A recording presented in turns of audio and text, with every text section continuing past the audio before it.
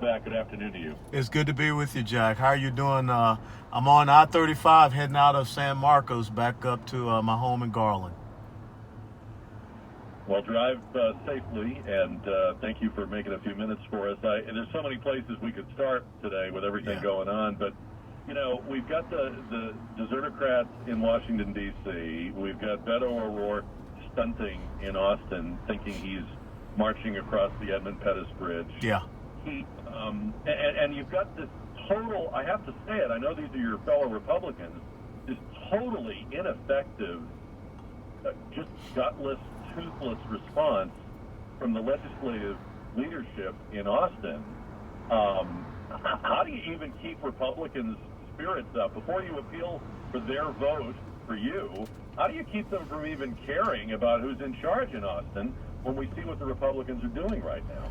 Well, I think it's so important that we realize that, you know, all hope is not lost. I can think about George Washington there with the troops at Valley Forge, and he was still able to rally them, and we have this great nation. I can think about a dire situation at the Alamo with William Barrett Travis, or even with Sam Houston, what he faced. But still, throughout all, victory finds a way, and that's what we have to have people focused on. And we have the opportunity to get strong constitutional conservative leadership in there, because, you know, if I was sitting in the governor's mansion and the Democrats decided to be derelict of their duties and to, as you just say, abandon and desert, I would have just very simply said, as soon as those 3 private jets had landed in Washington, D.C., we've got 57 seats in the Texas State House that are vacated, and we're going to have special elections to let them know that they're not going to hold our representative democracy here in the state of Texas hostage. And when you look at what is going on, you know, it's one thing to go on television and beat your chest and talk about how you're going to arrest people, but just think about the Democrat representative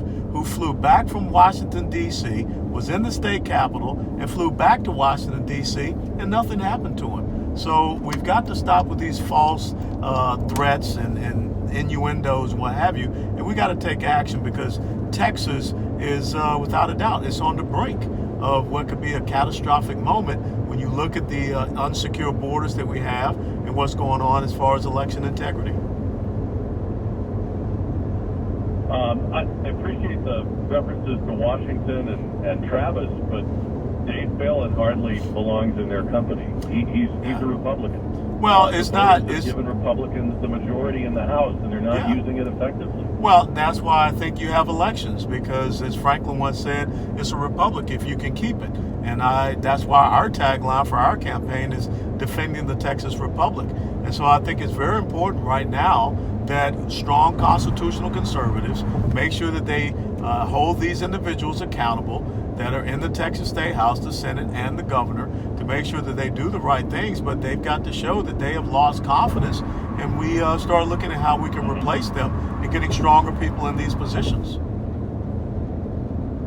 Let me ask you, what was the moment or the issue that you went from being a supporter of Governor Abbott to believing that you needed to primary him, a sitting governor, which is a pretty serious thing to do? What was the deciding factor? Well, it has never been about a person. And like I said, I'm not running against Governor Greg Abbott. I'm running for Texas. And when you think about the oath that I took on 31 July 1982, it was to the Constitution. It was to the rule of law. It's to the people of the United States. It's to the people of Texas. And so when I look at the direction that Texas is heading, when you have someone that believes that they can declare who or what is essential in the state of Texas, we can do better, because the most essential thing in Texas or anywhere in the United States of America is liberty. So I spent 22 years going around the world and making sure that we protected other countries' borders, to make sure that they had free and fair elections. And now I see all of those things being threatened right here in my home state. And so sometimes you got to step down in order to step up, and that's what I did. Now, how would a state response on the border work, given that you have ICE and CBP and everybody already there? I mean, would Texas set up behind them, or how would a Governor West enforce that border with the presence of federal agents? Well, first of all, Texas doesn't set up behind anybody. Texas leads. And when you have a federal government in the Biden administration that has abdicated their constitutional duty and responsibility to protect the sovereignty of the state of Texas. Governor West is going to make sure that the state of Texas, our sovereignty, our safety, our security, our people, our citizens are going to be protected. And so I would have a full mobilization of our National Guard, which I am wondering why we have not done that.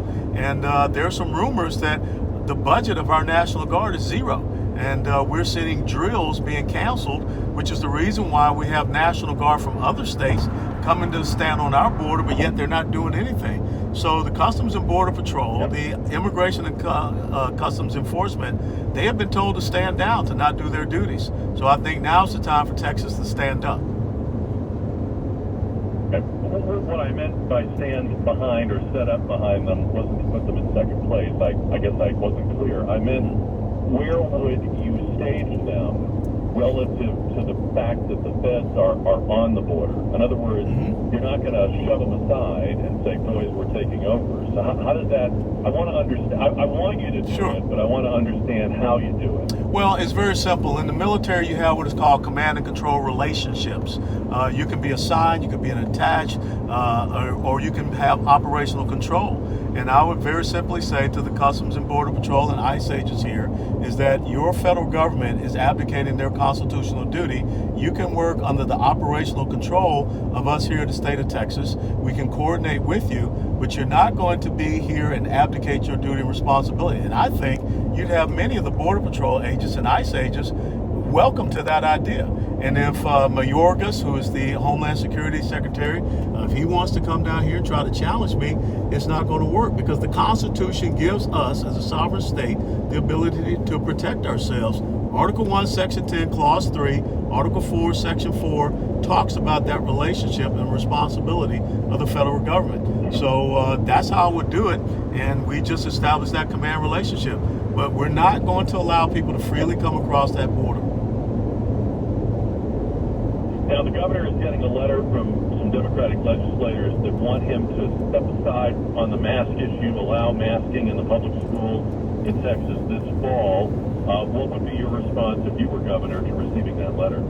I would give them the response that Brigadier General McAuliffe gave to the Nazi Germans at the Battle of Bastogne. I just say nuts and let them go from there, because I am not going to mandate anything to people. We're going to make sure that the people here in the state of Texas have the best information possible to make the best decision for themselves. But I will tell you again, the spike that we see in COVID here in the state of Texas is directly due to the influx of illegal immigrants that are not being tested. They're not getting vaccinated or any of those things. What is your position? You know, last year got very, very sideways with the governor versus the county judges versus the mayors. What is your position on who should make decisions about, health mandate, activities? If you're in a pandemic, where does that authority reside?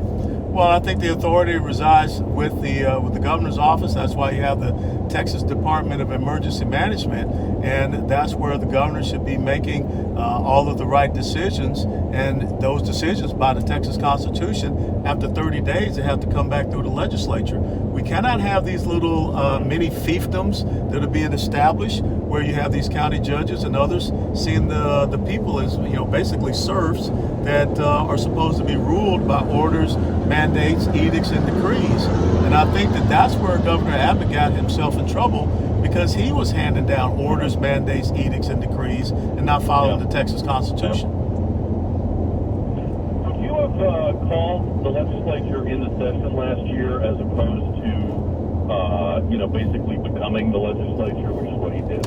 Absolutely, because I took an oath to the Constitution. I believe that the rule of law is so important, and the executive branch has certain boundaries and roles and responsibilities, but the legislative branch is the most powerful branch.